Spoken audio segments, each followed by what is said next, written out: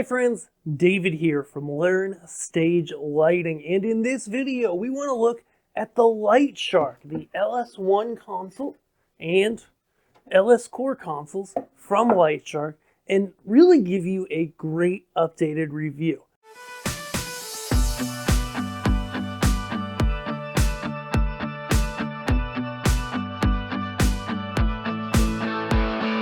I first ran into the LightShark back when it first came out, which I think was 2018. It's a little fuzzy as to when. And we put out a review video on the main channel quite a while ago and went over the LightShark. And, you know, you look back and you're like, wow, David, you've really grown, yes, in terms of video quality. And the LightShark over the years has also transformed and has different strengths, I think, in some areas that it didn't have before. So in this video, we want to go over the two hardware options, talk about the LS-1, talk about the LS Core, go over the hardware, and then we're going to plug it in, head over to the computer, and look at the software side. So we're going to look at, okay, from a programming perspective, from a usability perspective, what's really great about the LightShark, what maybe is not as great, and who is this really the best for. So, in terms of hardware, the quick cliff notes on these guys are that you've got the LS-1, which is a full console, and you've got the LS Core, which is a rack mount type unit. It's a small box, can be rack mounted in a 4-wide little rack bracket, can also be wall mounted or just plugged in. Okay, both of these consoles offer 2 DMX universe outs on the console itself, and then up to 8 universes over SACM. That's networked DMX. ArtNet is also available, but for 4 universes. Okay, now when this came out, it was coming out at the time when the Grand Domain .2 consoles were also very prevalent and considerably more expensive than the LightShark. Over the years with supply shortages and changes and whatnot, the .2 console is no longer manufactured. It had a really short run. But the LightShark still is, and its software has matured a lot. And so on the hardware side, what you want to be aware of is both of these have the same processing power. They both have built-in Wi-Fi, just a simple 2.4 gigahertz Wi-Fi, but they both have the capability to be plugged into a network if you want to get those additional universes out, if you want to use it wired into a network so you can get it on your whole facility's network. If you just need a stronger Wi-Fi, you can plug into an external router. Lots of options there. Okay, in terms of ports and connectivity, they're pretty similar. So the LS Core, the little guy, just the box, no faders, no knobs. If we take a look at him there, we see we get 2 DMX outputs, all right, 2 of those right there, 5-pin. But of course easy to adapt to 3-pin, a network jack, and a locking power connector. It's a 12-volt DC power connector that kind of twists for a little bit of a lock. On the other side, you get a status screen, a couple buttons, an antenna, and a USB port. Onto the LS-1, you've got on your back here DMX ports, 2 of those.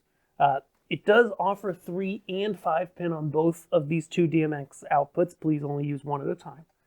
Then there's a desk lamp port. In the US, our LightSharks do come with the desk lamp included in the price.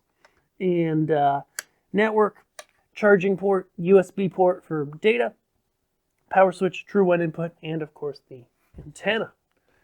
Looking at the physical over top here on the LS-1, as mentioned, all right, 10 faders.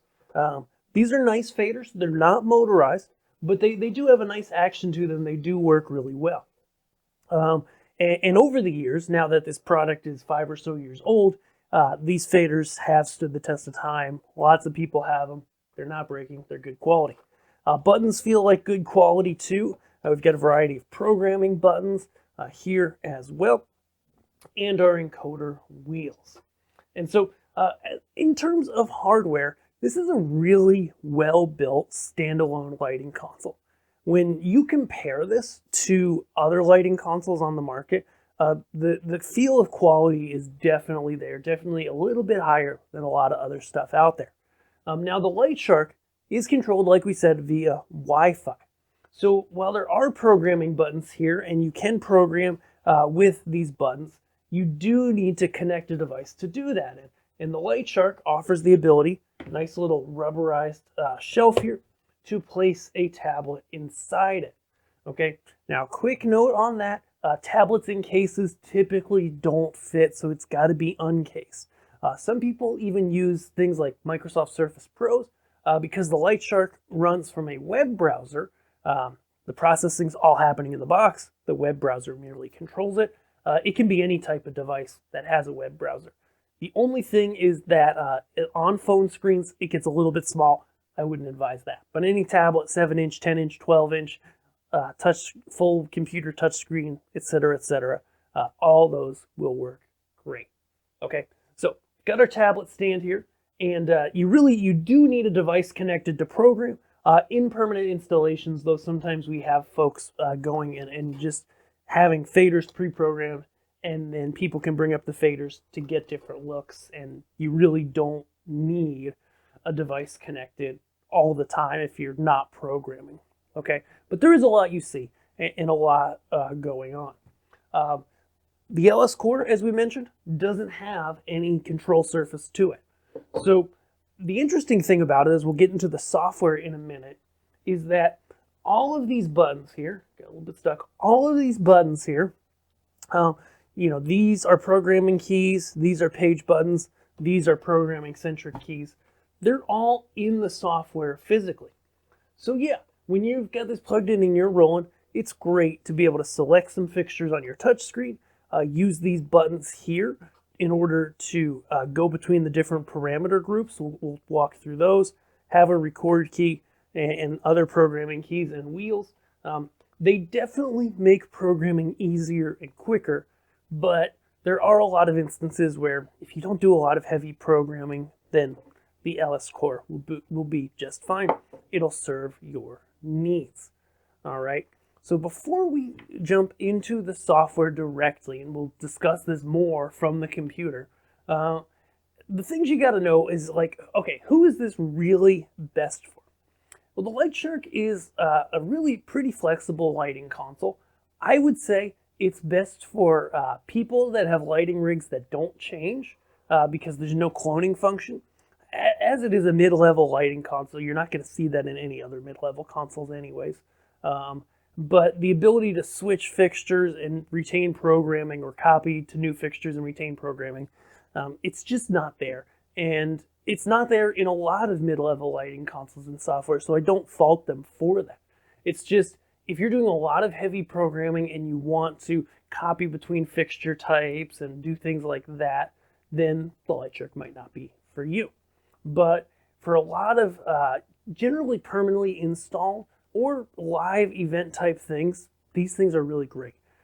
As long as your lighting rig doesn't change every show, I would say, or every event, maybe it's a church install, a band that has the same rig for everything, then you'll find the functionality within the LightShark will do everything you need. And the benefit of the LightShark is that there's no software, it's not running on a tablet, you don't need a computer, it's all self-contained in here, and you just dial into it in order to program, in order to gain access to the interface that's happening inside. So the LightShark is, it's definitely, like I said, if your lighting rig changes every day, if you're constantly making changes like that, constantly building new show files from scratch, then you might want to look at a professional grade console. But if you have a lighting rig that doesn't change a ton, you pretty much use the same lights all the time, and you want to have different programming, maybe for a band, maybe for a church, for some other permanent installation, even for places like parking garages and lobbies. There's a built-in scheduler that makes the LightShark work really well for those types of environments. It also used to be, just a quick note here, that when it first came out, the pricing on the LightShark was amazing. It was so good. The chip shortage has hit it like everything. And it's definitely not a low price contender anymore. But if you compare it to other standalone hardware lighting consoles, to other intermediate lighting consoles like the Quick Q from Camsys is a very similar console to it, you'll find that they both increased in price over the past few years about the same amount. So it's not as much a kind of hobbyist like type lighting console anymore. It's a little bit out of that price range of the hobbyist, the weekend warrior, that kind of thing. But in that permanent installation scenario, in a small church, in a music venue, in a restaurant, where you want to be able to control lights, have something reliable that's not relying on a PC, the LightShark is going to be a really good fit a lot of the time.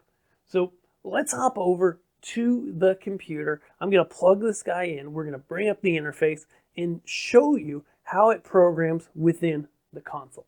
All right, guys, and we're back. If there was a little cut there, that's because I'm in a beta version currently. Should be out by time you get this, but the beta version doesn't do anything with the effects, but clearly I hit a bug that should be resolved later. So I'll go report that and then get back to things. Regardless, you take an effect, and yeah, I mean, it can go left, it can go right, but what gets cool is when you use some of these other shapes. So you're going center out, or even better, you're doing so in 3D going center out, or maybe you're going back to front or front to back. And it's just really stinking cool that you can have all these different shapes in here, especially when you have a bunch of fixtures, and it can bounce back and forth. There's all these shapes, and it's super cool that you can have these effects run those, and it's really easy to get to them. That's one thing that's really become exceptional about the LightShark that wasn't there at first at all. And the effects were much more basic, and they've really made it exceptional to the point where it's just so easy to use and can do a lot. So be sure to check those out if you're really interested in effects. But what I was going to talk about, a couple things here that are new, that really, and new or not all that new, that really makes sense, is the executors page. So by default, the executors page is great because if we go ahead and we light up some fixtures here,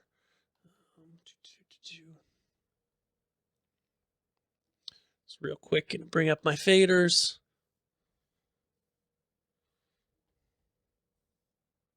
Awesome. So we turn on some fixtures, and I've got these pre-programmed with some different colors, etc. And you can see here that normally I'm in a different mode, which I'm about to get into. The executives are in this normal mode. And that means when you go vertically, these different cues are going to override each other, but side to side, they will not override each other. And that works great for something like this setup that I've got here in the visualizer. It's a band or DJ set, and you know, you're going to be able to have different things in vertical columns, have them override automatically. Horizontally, they can be together at the same time. Okay, but what's cool is that mode that I just had it in a second ago, exclusive. When you're in that mode, now only one plays at a time. So this works really great for a lot of those permanent installations where you may have somebody that programs lights, you may do bigger events, but then other times you just want to have a tablet accessible or a screen on a computer where someone can go and press and get a basic lighting look. This can be great for churches, for clubs and venues, stuff like that, even parking lot like structure, outdoor lighting, all kinds of stuff. Okay, so that's a huge help. This can also be locked, and when you lock it, there's just this grid of buttons, no programming screen, and you have to enter a PIN in order to get the full access of the programming. So that's really cool as well for those types of situations where there might be somebody who knows how to program the lighting, but they're not there all the time. They can lock it when they're not there, and maybe even have a tablet on a wall panel. There's even these industrial Android tablets you can buy that get powered over Ethernet. Just have this thing full screen, and people can run this all day long. So that's a really great part of permanent installations. Another great tool for permanent installations is the scheduler. So that's up here, and this allows you to go ahead, create a scheduler event, set it to play any of your playbacks 1 through 10, release, reboot, or power off, and I know there's more been requested for the future. And then you can set a number of times. You can set a number of actions that you're going to send out. Now, actions, let's get back to that in a minute. But you can also just go and set what days you want it to happen. So you want it to happen every other day? You want it to happen every day. Set which ones you want. Then set your date period and your time each day. Hit save, and now it's going to happen automatically on its schedule every time. Okay. Also, as noted, were the actions. So we saw them there in the scheduler, and they're also available in queues. So if I go, for example, into a queue list here, and I go into a queue, first of all, I can edit, I can delete and stuff the same way I did in the programmer a few minutes ago. I can do all that here in the queue settings. But I can also go ahead, and this is new. I can go ahead and it's actually over here. That's right. I scroll over, and I've got actions. So I can go in here and add all kinds of actions. So there's inbuilt actions to fire other things via macros inside the console. And then you can also enable in the settings OSC actions to send out OSC commands in lighting queues. So now you can trigger other audio-visual stuff, other gear that supports taking that OSC input. You can trigger that in lighting queues from the LightShark. So for a permanent install, that's like gold, where you want to hit a queue in lighting and have it fire something maybe on a video switcher, maybe on audio, completely automatic once you set it up. So that's super cool, and the scheduler can do it too. So now it's not just a lighting control scheduler, but it could be switching video input sources on a switcher. It could be unmuting or muting audio things. The sky's the limit, because ultimately it is whatever the receiving device can do command-wise, the LightShark can send out. And so that's super duper cool as well. The LightShark can also MIDI map, though that's one of those things that it's in the settings. It's mainly designed for MIDI devices like little faders and buttons and stuff like that. It's not my favorite, just because what you have to do is have a template for your device and load it, and then they have to match up perfectly. It's not quite as fluid as going in here, setting an OSC output target, and then literally, you can select it as, you can set it up as, whatever you want, and go ahead and have a whole template in there of things that receiving device can take. So that's super cool. Awesome. So I know that was a really quick tour of the LightShark, but I hope you can see how it's a really powerful tool for a lot of kind of permanent installation, even small corporate productions, just things like that. This is like really great because it programs like a lot of the consoles that people are already familiar with if they work with lighting already. It's quick to learn, and it has a lot of under the hood capability that will allow you to do some really complex stuff, especially when integrating with other parts of audio visual systems.